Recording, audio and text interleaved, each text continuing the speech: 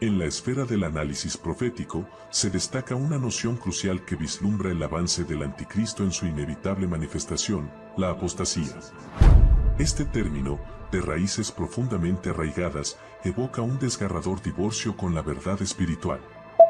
En el texto de Mateo, específicamente en el capítulo 5, versículo 31, la palabra apostasía resuena con una carga significativa, revelando su estrecha relación con el abandono de la fe. Análogamente al desgarrador quiebre entre dos individuos en un vínculo matrimonial, la apostasía representa un distanciamiento irreparable de la fe, una vez abrazada fervientemente por los santos. Esta deserción espiritual se proyecta como una sombra ominosa en las epístolas de Pablo, como lo atestigua su advertencia en 1 de Timoteo 4:1, sobre la inminente ola de abandonos en los últimos tiempos. En un escenario sombrío delineado en 2 de Timoteo 4, se anticipa una era en la que el ansia de oír la sana doctrina será eclipsada por un deseo insaciable de satisfacer las ambiciones personales y mundanas. Este deterioro espiritual dará lugar a la proliferación de falsos maestros, cuya motivación, ya sea monetaria, de popularidad o de búsqueda de seguidores, los llevará a distorsionar y desvirtuar las verdades fundamentales de las Sagradas Escrituras.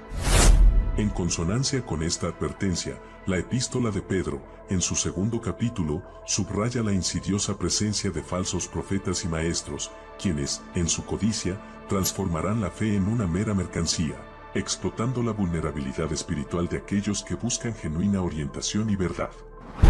La apostasía emerge como un precursor siniestro del advenimiento del anticristo, cuyos cimientos son erosionados por la deserción espiritual y la manipulación de la verdad divina. Es en este contexto de incertidumbre y engaño, que la vigilancia espiritual se convierte en una necesidad apremiante, para aquellos que buscan permanecer arraigados en la fe verdadera y resistir los embates de la oscuridad creciente.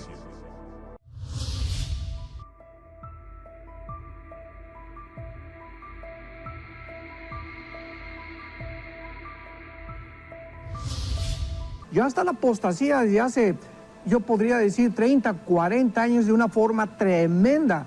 Las verdades de la Biblia están siendo pisoteadas, el evangelio que se predica es un evangelio fácil y barato actualmente.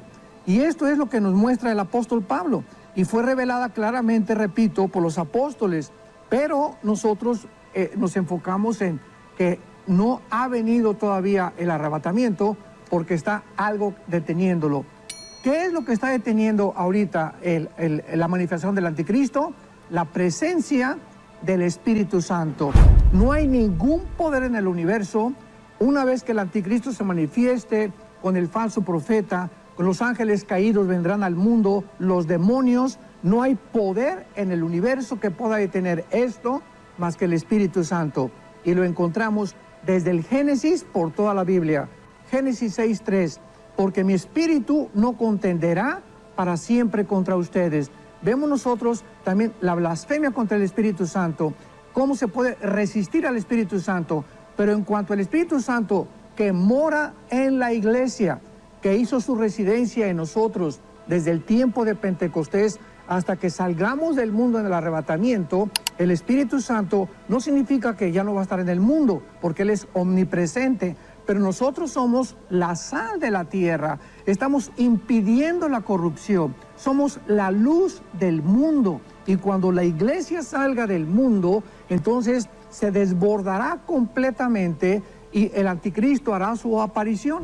Y esta es la razón por la cual el Apocalipsis es un libro completamente del Antiguo Testamento. Más de 300 citas en el Apocalipsis corresponden al Antiguo Testamento. ¿Por qué Dios va a sellar 144,000 judíos? Porque la iglesia ya no está aquí. ¿Por qué levantar a 2 judíos como testigos, Moisés y Elías tal vez? Porque la iglesia ya no está aquí. ¿Por qué se va a predicar el evangelio eterno? Porque el evangelio de la gracia que nos fue encomendado a nosotros fue predicado por la iglesia y ellos, los 144,000, ellos son los que cumplirán y completarán completamente la evangelización del mundo.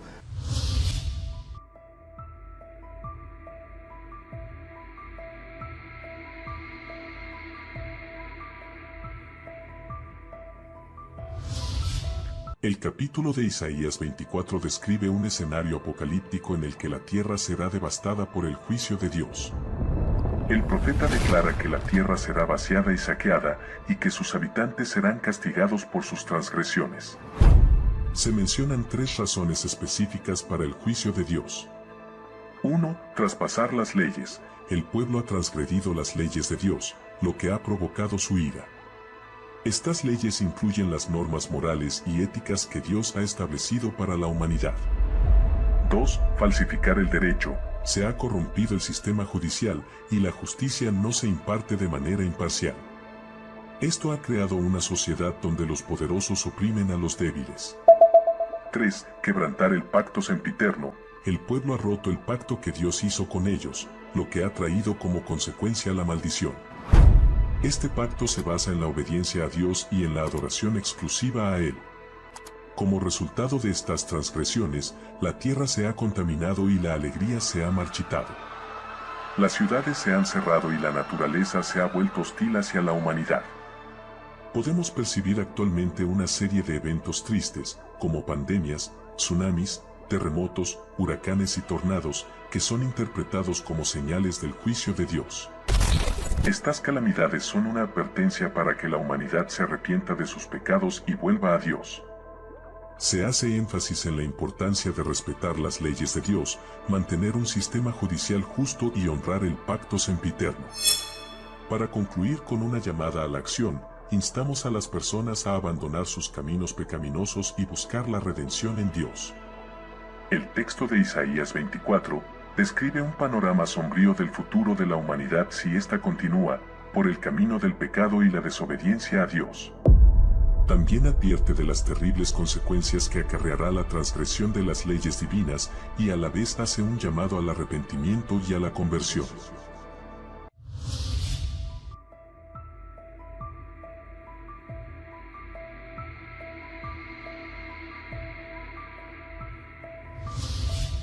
Pongamos atención detenidamente en lo interesante que a continuación vamos a leer.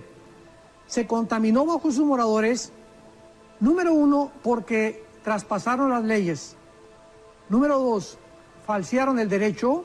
Y 3, quebrantaron el pacto sempiterno.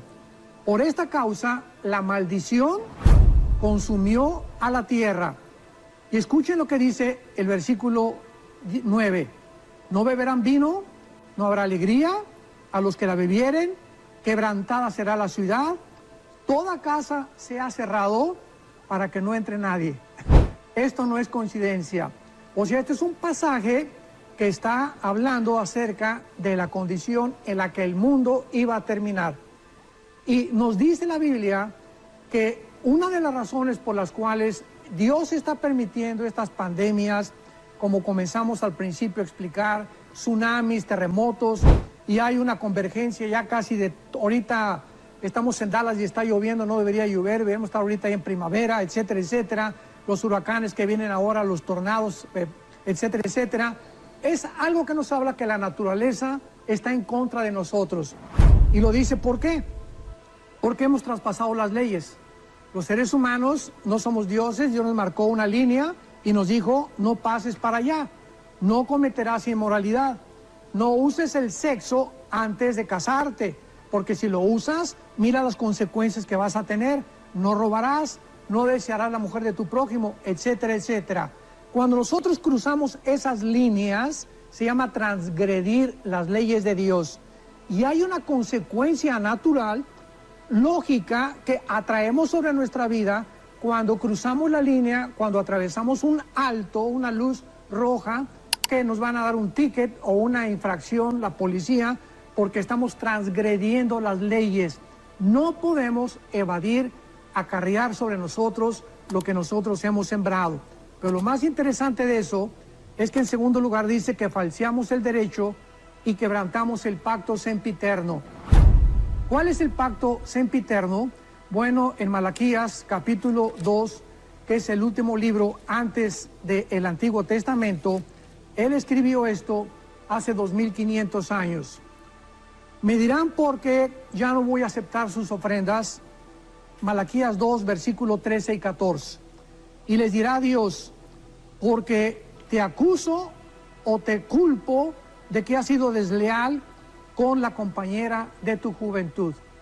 siendo ella tu compañera y la mujer de tu pacto.